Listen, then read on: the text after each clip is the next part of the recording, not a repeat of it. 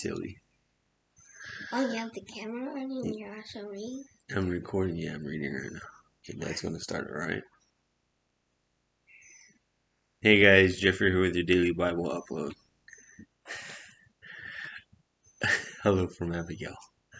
I hope everybody is having a blessed day. I'll be reading from the book of Mark, chapter 4 from the NIV. I hope you all will be joining us for chapter 5 tomorrow. Please like and subscribe if you are enjoying the content that I'm bringing to you today. And please let me know what you think of my video in the comments below. The parable of the sower. Again, Jesus began to teach by the lake. The crowd that gathered around him was so large that he got into the boat and sat in it out on the lake, while all the people were along the shore at the water's edge. He taught them many things by parables, and in his teachings said, "Listen, a farmer went out to sow his seed. As he was scattering the seed, some fell along the path, and the birds came and ate it up. Some fell on the rocky place, where it did not have much soil. It sprang up quickly because the soil was shallow. But when the sun came up, the plants were scorched, and they withered because they had not rooted. Other seeds fell among the thorns, which grew up and choked the plants, so that they did not bear grain. Still other seeds fell on good soil. It came up, grew, and produced a crop. Some multiplied 30, some 60, and some 100 times. Then Jesus said, "Whoever has ears to hear, let them hear." When he was alone, the 12 and the others around him asked him about the parables. He told them, "The secret of the kingdom of God has been given to you, but to those on the outside, everything is said in parables, so that they may be ever seeing but never perceiving, and ever hearing but never understanding. Otherwise, they might turn and be forgiven." Then Jesus said to them, "Don't you understand this parable? How then will you understand any parable? The farmer sows the word. Some people are like seeds along the path, where the word is sown. As soon as they hear it, Satan comes and takes away the word that was sown in them. Others, like seeds sown on the rocky place, hear the word and at once receive it with joy. But since they have no root, they last only a short time. When trouble or persecution comes because of the word, they quickly fall away.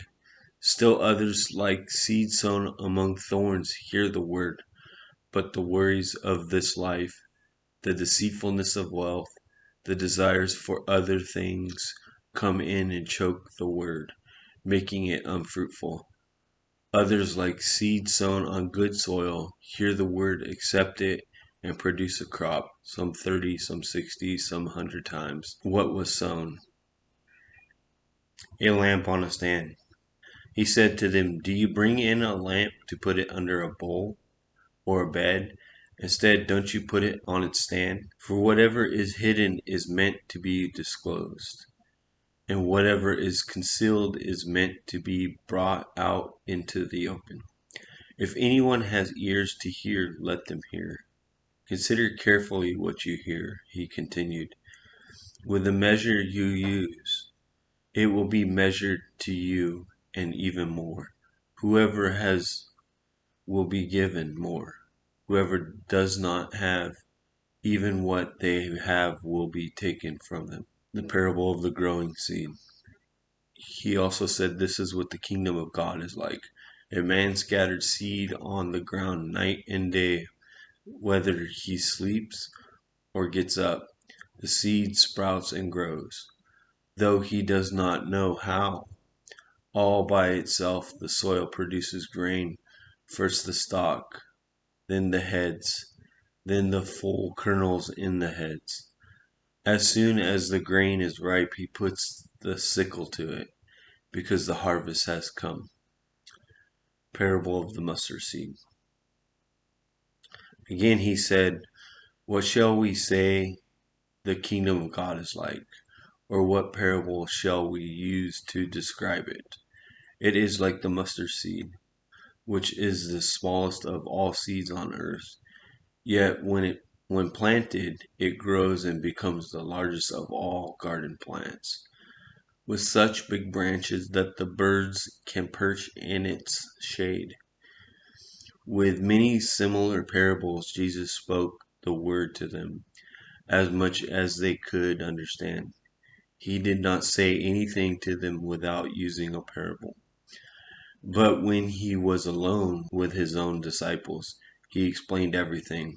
Jesus calms the storm. That day when evening came, he said to his disciples, let us go over to the other side. Leaving the crowd behind, they took him along just as he was in the boat. There were also other boats with them. A fierce squall came up, and the waves broke over the boat so that it was nearly swamped. Jesus was in the stern, sleeping on a cushion. The disciples woke him up and said to him, Teacher, don't you care if we drown? He got up, rebuked the winds, and said to the waves, Quiet, be still. Then the winds died down, and it was completely calm. He said to his disciples, Why are you so afraid?